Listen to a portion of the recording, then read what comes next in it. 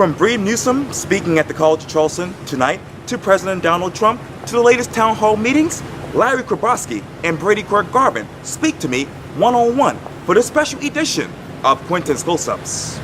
Well, let me turn to Saturday. Okay. The day before. Yeah, okay. Obviously, Senator Tim Scott and Congressman Mark Sanford had a joint town hall meeting at the Mount Pleasant Town Hall.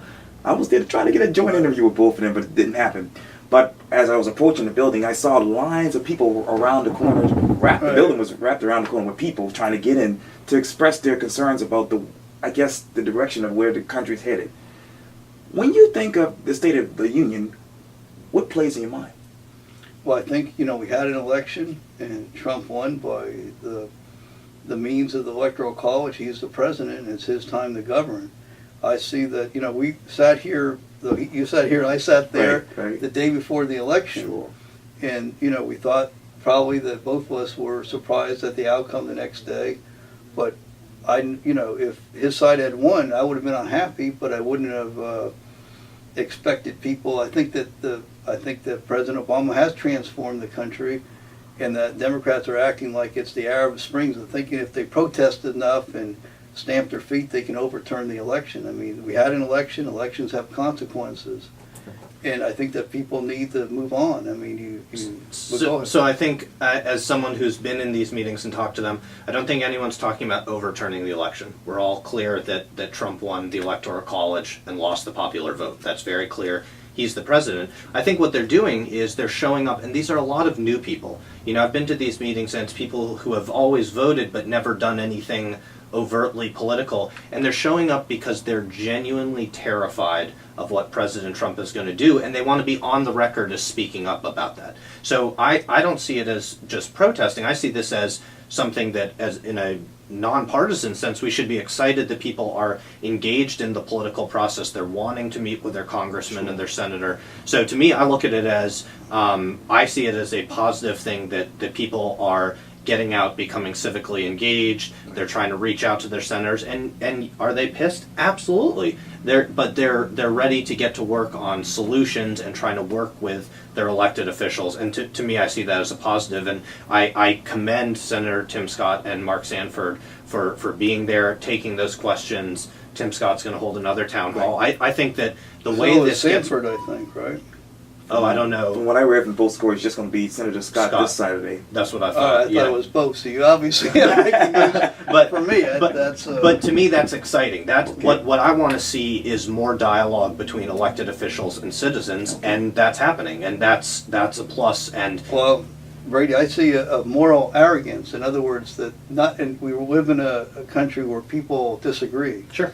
I think people need to respect each other. Not everybody agrees, but the degree of moral arrogance that the people on your side I see as I look at the videos of people hearing around the country. If you disagree with your side, you're evil, you're racist, you're a monster. Oh, so it's how you guys treated us for the 8 years under President Obama. I mean, nobody said that we thought you were misguided, but nobody said that you're evil people if you disagree with us. They absolutely did. I mean, for the last 8 years as a Democrat, I have put up with people calling us arrogant, stupid, saying we're evil, hateful people trying to destroy America. I mean, I have heard every put down imaginable over the last 8 years under President Obama's tenure. What people on the left are saying now is they want to be engaged, involved in solutions, and that's a positive thing. I don't remember anybody on our side ever chasing down cabinet people and not allowing them in buildings, shouting in their face and harming them. I don't remember anybody. She was harmed? Well, they're right in her face and threaten to harm her. Nobody. To me, that's a degree of moral arrogance to feel that you can do it. It ups the ante. I don't remember when President Obama had his first inauguration. I don't remember people the night before the inauguration throwing rocks at people to come celebrate the inauguration, bloodying people's heads and throwing rocks and spitting on them. To my knowledge, that didn't happen. I don't see. And I saw that the thing in Chicago when they had the violence of people being drawn out of cars and beaten up because they perceived as being for Trump. I didn't see any condemnation by any Democrat of that. And then we saw the next week when they took that young, disabled, mentally challenged child, did the same. There's instances I don't remember seeing the violence towards people.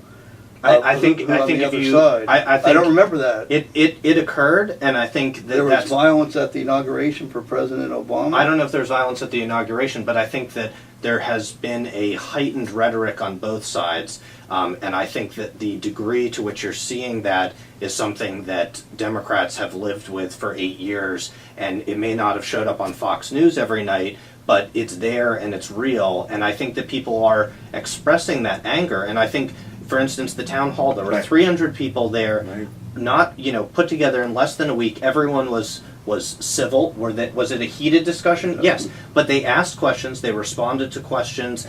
To me, that was a positive outcome. You're sometimes going to have heated exchanges, but there was no violence, there was no pushing, people organized themselves. That to me is a wonderful outcome for Charleston. Brady, not to refight the election, but we had these discussions before. When I went to, I was neutral during our primary. I went to the Yorktown and saw President Trump, and I saw people that were bussed in. I saw people interspersed with the crowd, and the moral arrogance of not trying to allow somebody to speak. People came from all over the state. A lot of military people, blue-collar workers who have busy lives, came away from their families and took the time to be there. Yeah. And I saw demonstrators and the Democrats coming to disrupt it, to not allow us to hear that. And then it turns out, as I saw since then, that they were paid operatives. They were not paid. They had the guy who worked for Hillary. You saying there was? I saw him bragging the fact that we were sending people. That is not maybe not statement. That thing, but the guy was bragging about how they were paying people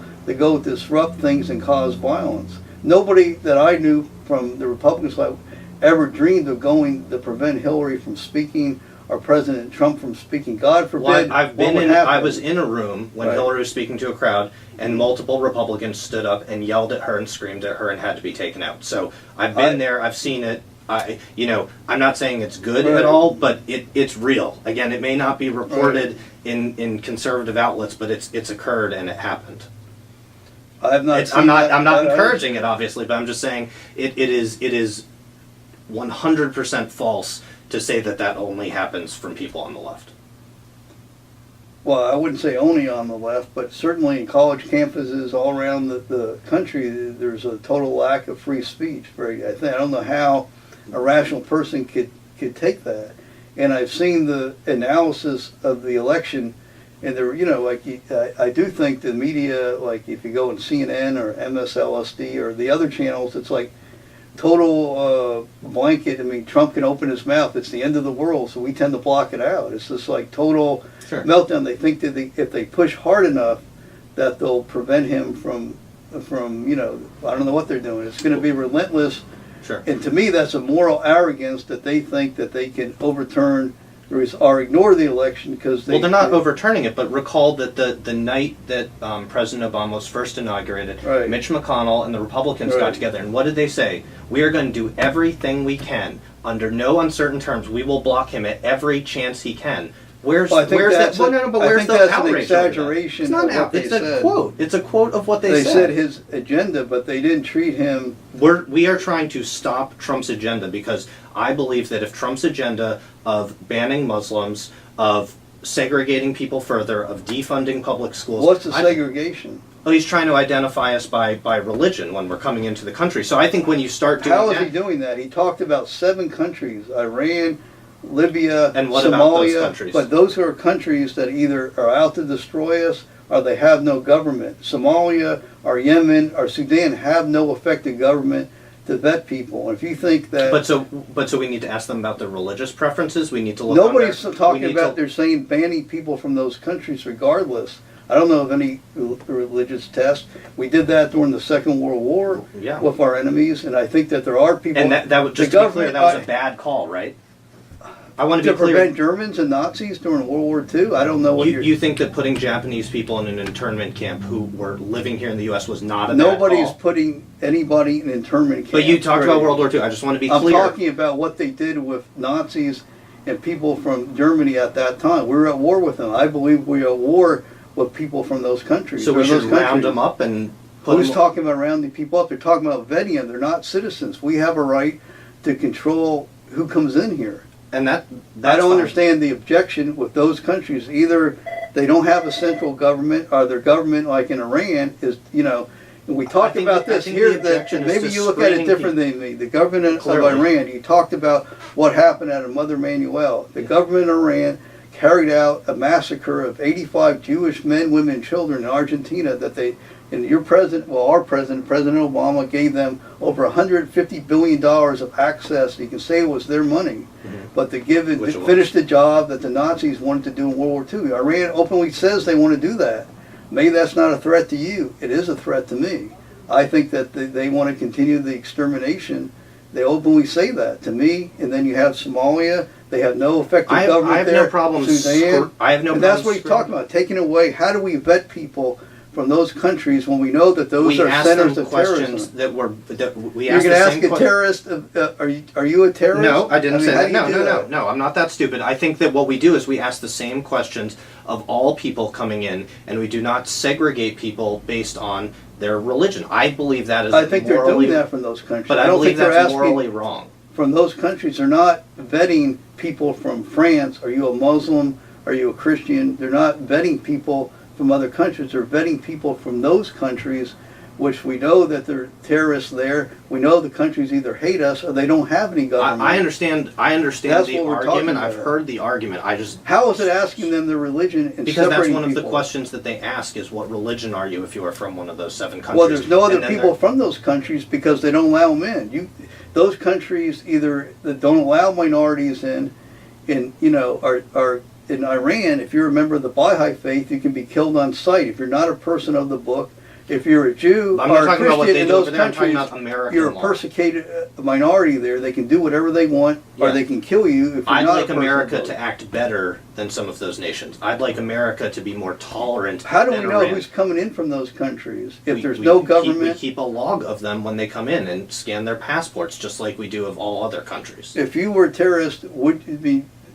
You don't think that there's people coming in from them now who mean to do us harm? I believe that this is a rule and law that does not make us any safer. I believe that there are evil and bad people in the world, and will they figure out a way to try and get in? Sadly, probably. I don't believe this law does anything except play to the Republican fringe base that says all Muslims are bad, you should fear them. I don't believe that. I believe it is wrong to put these sort of rules and laws into place. How is it against all Muslims? If they were doing that, they would ask people from France or England or anywhere else. This is the first step, Larry. This is step one. He's been in office a month, and I believe this is why you're seeing, Quintin, to your question, why you're seeing so many people show up at these town halls, is they see the writing on the wall. They see that this is not a normal president. This is not like George Bush. This is not like Papa Bush. This is not like any of the other Republicans we've ever seen.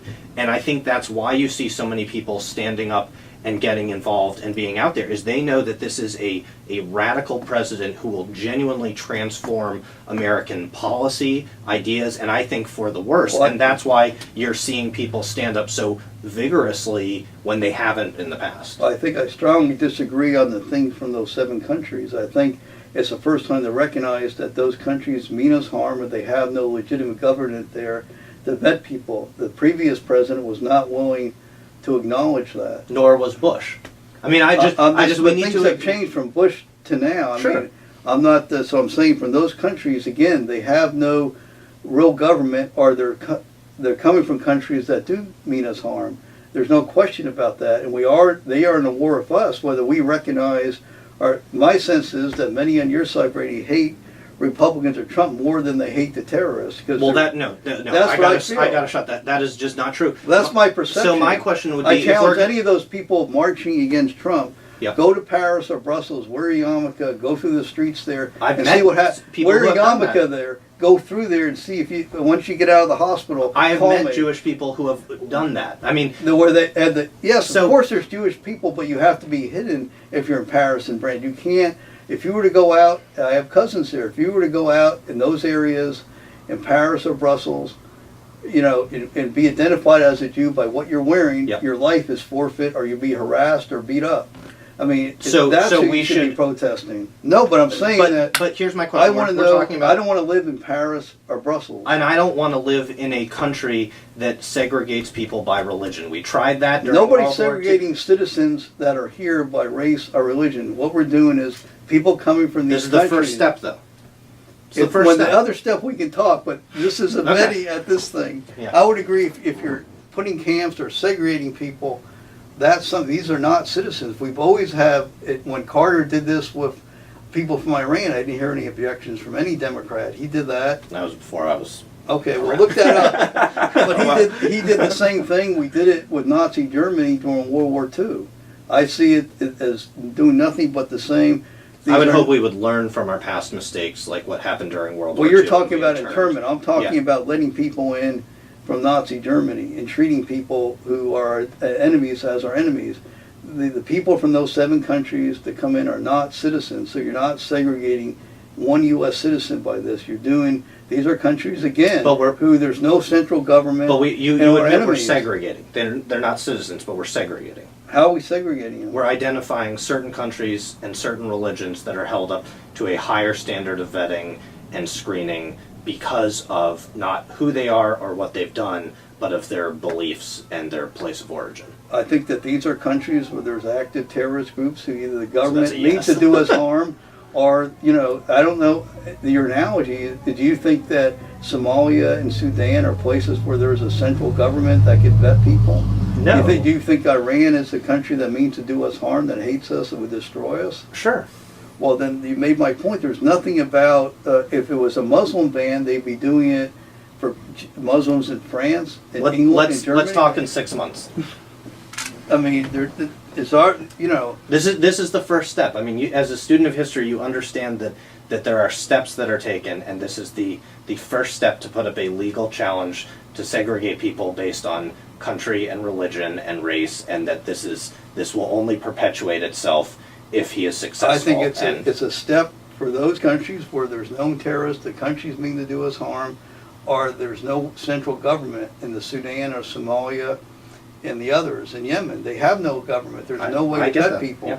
And there are places where terrorists are coming from. It's, to me, but interesting. So we're not going to screen folks from Saudi Arabia, even though there is a government there that has, but whatever those are the people. The people who committed terrorist acts on 9/11 were largely from Saudi Arabia. So you're saying it should be a central Muslim? No. I'm saying again on the moral hypocrisy. Right.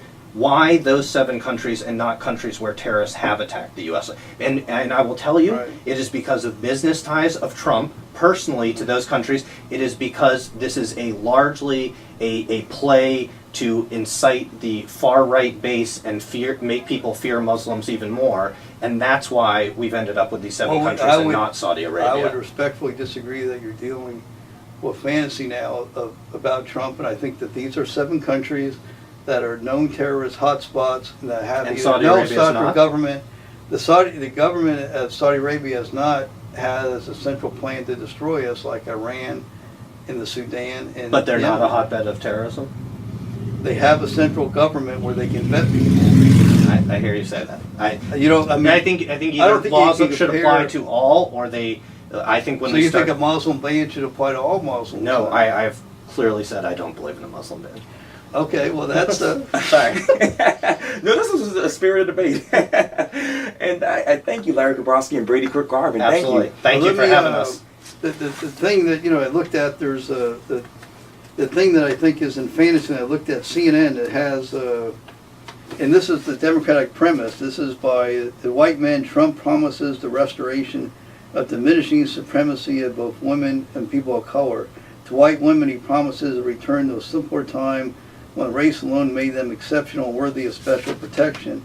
And she talks about how Melania and Ivanka, because they're thin and white, they should be discounted and they're evil. So my point is, this is on CNN, and this is kind of like Democratic, the way they look at it. And it's an opinion piece, though, it's not news. Right, but it's an opinion piece, but this is what they put out, and this is kind of the Democratic message. And I'd love to send you some things about how terrible Barack Obama is because of his race and his intellect. But nobody in the Republican Party in a responsible position has made a thing because of his race. They absolutely have. Well, we disagree on that, but here's the fundamental difference, Brady, I was hoping to get into, that there is, since the election, what I've noticed, we do have a fundamental difference clearly of how we look at America.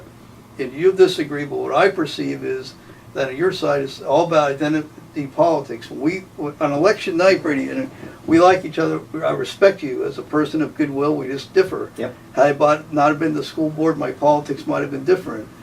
But I'm saying that you said that when I remember it was a telling statement because we didn't know who was going to win yet. Right. And I made a statement about who was going to, the people who feel disrespected and disenfranchised will come out. We haven't heard from them yet, meaning because I'm originally from Pennsylvania and those areas, and I know those people. And you made its statement, it's not like, well, older white people like you, it's people of Latinos. You went through a whole litany of lists.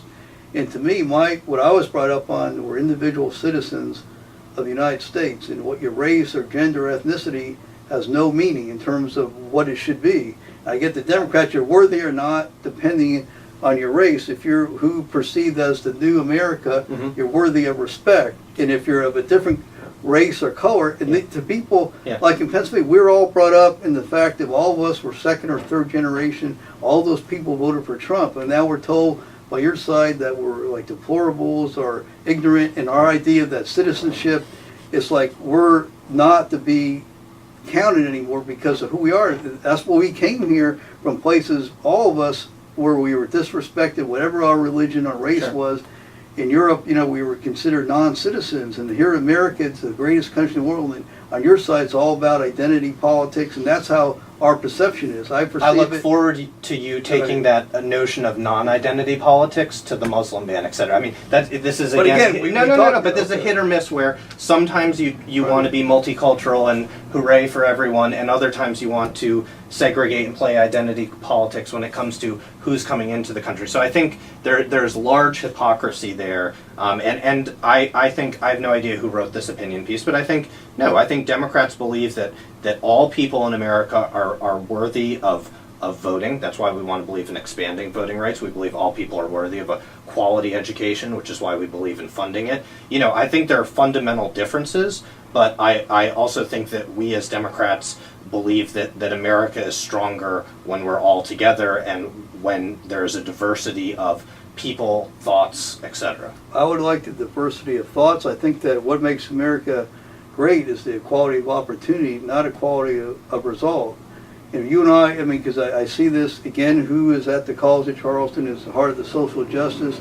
You as chairman of the Democratic Party, well, I noticed that people who push the diversity the most, if they're white males, they seem to do it the most because that's how they can protect their position. Otherwise, they're the evil gender and race. Why are they there? How could somebody, if the thing is all about preferences and all the things, how does a person justify being the person then who's not the future and still being in a position?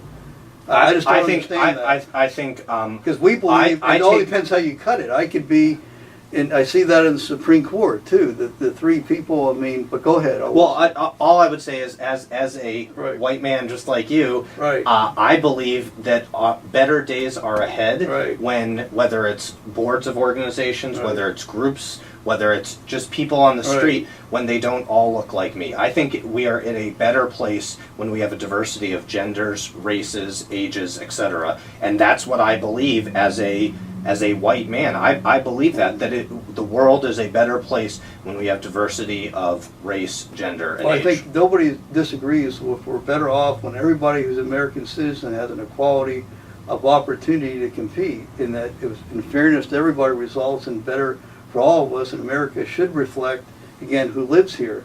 But there's a difference on the Democratic side, as I perceive it. It's about identity politics, and that's how there's quotas, whether it's in professions or college or jobs. We have a difference on that. Yeah. And how it should be broken down. We're all come from different backgrounds. Yeah. And I think that was, again, reflected in what you saw in Pennsylvania and the results there. For that, everybody was identified not as white as black there, but by if you're Italian, Irish, Jewish, or Slavic or Polish, that's how you identified. And to be black there was just a different ethnic group. Nobody had that kind of binary nature there. And then to be told about privilege because of who you are, when your parents were coal miners, worked in the steel mills or peddlers, that was really offensive. That had no relation to people's lives there.